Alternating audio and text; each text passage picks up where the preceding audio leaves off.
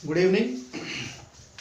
आज हम देखेंगे पिछले वाले क्लास का continuation, that is quantum mechanical model of atom. So quantum mechanical model of atom, अब तक जो हमने देखा था वो सब वेव मैकेनिकल मॉडल था। आज से हम इसको आज देखेंगे क्वांटम मैकेनिकल मॉडल। इस क्वांटम मैकेनिकल मॉडल का बेस था, वो था बेस आया था डी ब्रोगलीस इक्वेशन, जो हमने पढ़ा था, de Broglie's dual behaviour as well as Heisenberg's uncertainty principle. इन दोनों का कंटेंट जो थियरीज हैं, इसके डेवलपमेंट में हमको क्वांटम मैकेनिकल मॉडल मिलता है। According to quantum mechanical model, ये प्रपोज किया है श्रोडिंगर ने। क्वांटम मैकेनिकल मॉडल ने प्रपोज किया है श्रोडिंगर, इसीलिए इसको हम श्रोडिंगर्स वेव इक्वेशन कहते हैं। Schrodinger's wave equation. According to Schrodinger wave equation,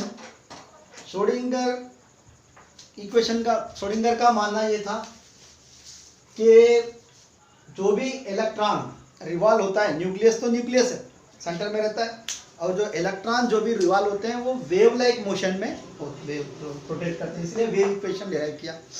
इसने एक इक्वेशन डिराइव किया और इसके साथ ये एक एटम का मॉडल भी बताएगा और ऑर्बिटल के शेप भी बताएगा, कौन से ऑर्बिटल रहते हैं, इलेक्ट्रॉन का पोजीशन क्या है, कहाँ पे रहता है, सब कुछ क्लियरली बताता है श्रोडिंगर वेव इक्वेशन।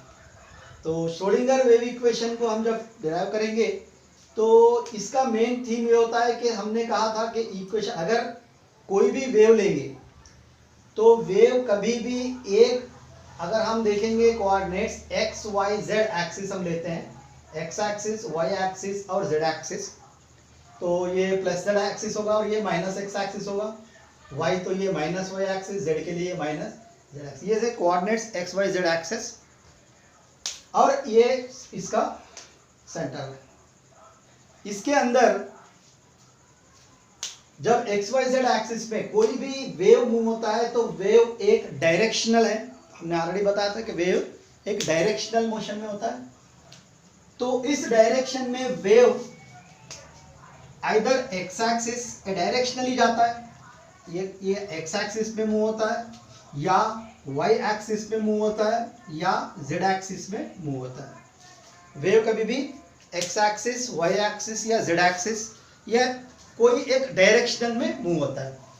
इसी के अकॉर्डिंग श्रोडिंगर वेव इक्वेशन ने एक इक्वेशन डिराइव किया श्रोडिंगर ने, जिसको हम श्रोडिंगर वेव इक्वेशन कहते हैं, जो इन सब का जो ऑर्बिटल न्यूक्लियस के अराउंड जो इलेक्ट्रॉन्स घूमते हैं उन सब का डिटेल इंफॉर्मेशन मिलेगा। वो इक्वेशन है doe square psi by doe x square plus doe square psi by doe y square plus doe square psi by doe z square plus 8 pi square m by h square into e minus v into psi is equals to 0। इसे हम Schrodinger wave equation कहते हैं। इसके अंदर हमको x y z जो मिल रहा है वो x y z है, जो हमने यहाँ पे कोऑर्डिनेट्स कहा था, x y z एक्सिस। और इसमें और एक नया डेफिनेशन, एक पॉइंट मिलता है, वो है साई, जो हमने देखा साई, जो यहाँ पे डिराइव किया गया नया कंटेंट, वो है वेव फंक्शन। साई मतलब होता है वेव फंक्शन। और एक कंटेंट है पाई, तो रेडियंस है, एक वैल्यू है m is equal to mass of electron and h is also known as Planck's constant. h is called as Planck's constant. ये E है, total energy of the electron, और V मिलता है आपको potential energy of the electron, potential energy of electron. So E minus V मतलब total energy minus potential energy, nothing but kinetic energy of electron के equal होगा। ये एक equation है, इसे हम कहते हैं श्रोडिंगर्स वेव इक्वेशन। इसको थोड़े सिंप्लीफिकेशन में भी लिखा गया, उसका सिंप्लीफाइड फॉर्म है, इन सारे वैल्यूज को सिंपली h, टोटली इस वैल्यू को कहा जाता है h psi is equals to E psi, H psi is equals to E psi. इसके अंदर H को कहते हैं Hamiltonian operator, Hamiltonian operator.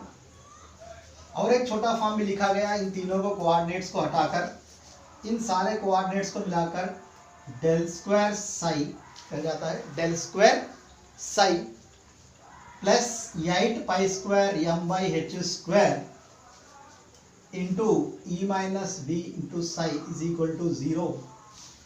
This delta, this del value जो डेल यहाँ पे मिला है, इस डेल को कहते हैं हम लाप्लासियन ऑपरेटर, लाप्लासियन ऑपरेटर। ये श्रोडिंगर्स वेव इक्वेशन है।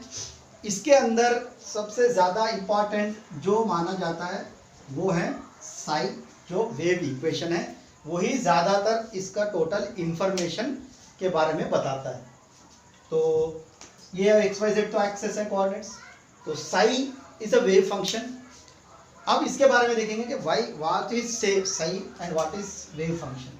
Sai is nothing but wave function, मतलब कोई भी इलेक्ट्रॉन, जो भी इलेक्ट्रॉन एक्स एक्सिस में जा रहा है या वाई एक्सिस में या जेड एक्सिस में, किस एक्सिस में मूव हो रहा है ये बताएगा साई।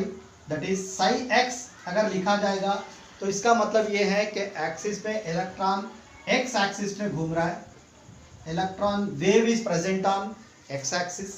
अगर साई वाई लिखेंगे तो electron is present on Y axis, अगर साई जेड लिखते हैं तो electron is present on Z axis. ये एक साई फंक्शन है जो इलेक्ट्रॉन को हमको बताता है कि साई कहाँ पे इलेक्ट्रॉन रिवॉल्व हो रहा है। तो ये एक साई है, इसके बारे में डिस्कशन किया जाएगा। और एक भी पॉइंट है जो ऑर्बिटल को कंप्लीट एक्सप्लेन करने के लिए बताया जा सकता है, वो है हम अब नेक्स्ट क्लास टॉपिक पे देखेंगे कि साई और इसके द्वारा, साई के द्वारा हम एक ऑर्बिटल को और उसके शेप्स को कैसे डिटरमाइन करते हैं।